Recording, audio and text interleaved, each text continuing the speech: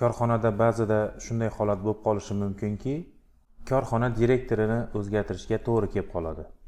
Korxona direktorini o'zgartirishning ikki xil sababi mavjud bo'lishi mumkin. Birinchisi, direktor o'z xohishiga ko'ra korxona ishlariga e'tiborsizlik qilib, yomon holatlarga keltirib qo'ysa. Bilib qo'yishingiz lozim, korxona ta'sischisi qarori orqali direktor o'zgartiriladi. Bugun sizlar bilan korxona direktorini o'zgartirishni ko'rib chiqamiz. Xo'p, ishni nimadan boshlaymiz? Demak, eng birinchi navbatda korxona ta'sischisi qaror chiqaradi. Demak, qaror bo'lishi kerak.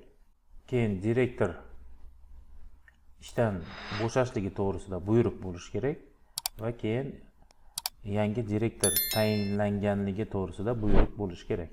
Bu hujjatlarni biz Telegram kanalimizga joylab qo'yamiz. O'sha yerdan bemalol olishingiz mumkin. Masalan, ma'lumot uchun aytib o'taman. Korxona ta'sischisi bitta bo'lsa, qarorni o'zi yetarli. Agar ikkita va undan ko'p bo'ladigan bo'lsa, u holda yig'ilish bayoni bo'lishi kerak. O'sha yig'ilish bayonida ko'rsatilgan qaror bo'yicha qaror qabul qilinadi albatta. Xo'p, bu hujjatlarni demak bizni Telegram kanalimizdan olishingiz mumkin. Demak, qaror buyruq chiqarilgandan keyingi qiladigan ishimiz nimadan iborat? Google Chrome'ga kiramiz. Mana bu yozuv maydonchaga mi3.soliq.uz saytiga kirib olamiz.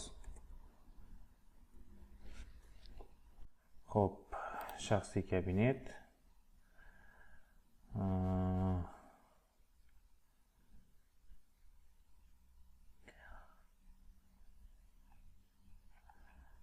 Mana shu korxona misolida birgalikda ko'rib chiqamiz. Kirish.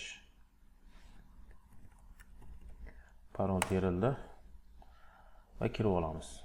Demak, firma shaxsiy kabinetiga kirdik. Xo'p.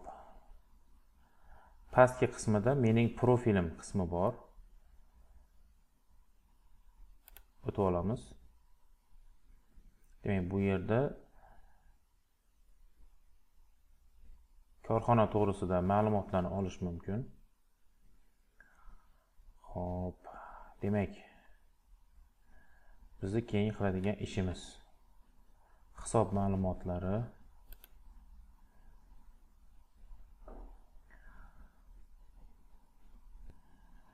Bu yerda mana korxona haqida ma'lumotlarga ega bo'lishimiz mumkin. Nima faoliyat turi bilan shug'ullanadi, adres, direktor ism familiyasi va hokazo ma'lumotlarga ega bo'lish mumkin. Endi biz demak mana shu firmani direktorini o'zgartiramiz. Pastroqda ma'lumotlarni o'zgartirish tugmachasi mavjud. Demak, ma'lumotlarni o'zgartirish tugmachasini bosamiz. Xo'p, e'tibor bering, yuridik shaxslarning hisob ma'lumotlariga o'zgartirish kiritish to'g'risida ariza. Bu yerda mana korxona rahbari va hisobchisi bor. Endi hisobchi mavjud bo'lmasligi ham mumkin. Hisobchi mavjud emas. Ayrim korxonalarda hisobchi o'sha direktor hisobchi vazifasida ham yuradi. Korxona rahbari, demak, dishirini yozamiz. Yangi rahbar dishirini yozamiz. Biz mana yangi rahbarimizga dishirini yozdik. O'sha dishir bo'yicha ism familiya chiqib keladi. Xo'p, demak, telefon raqamini yozamiz. Faoliyat turi, mana shu faoliyat turi bilan shug'ullanadi. Xo'p, ariza yuborish tugmachasini bosamiz. Demak, forma topshirildi. Ariza jo'natdik.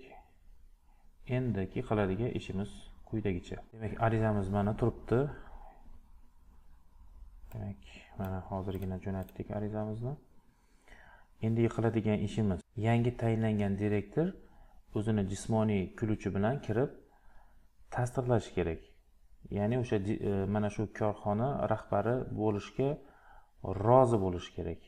Yangi direktorimiz kuluvchi bilan Hozir kirib men sizlarga ko'rsataman. Chiqish. Demak, endi jismoniy shaxs. Xo'p. Mana direktorimiz, yangi direktorimiz. E'tibor beringlar, munosabat. Ya'ni xatlar, mana bitta xat kelgan. Mana shu xatni ko'ramiz. Xo'p, demak, rahbar bo'lib tayinlash to'g'risida xabarnoma. Demak, buni o'qiymiz. Xo'p, rahbar bo'lib tayinlash to'g'risida xabarnoma.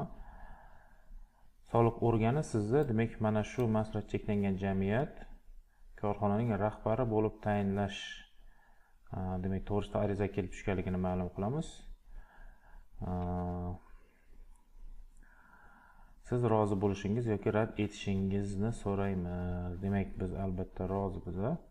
Tasdiqlash tugmachasini bosamiz. Demak, tasdiqlandi. Xo'p, endi yuqoridagi firmamizga kiramiz va haqiqatan direktor o'zgarganligini ko'rib o'tishimiz mumkin. Xo'p. Demak, mana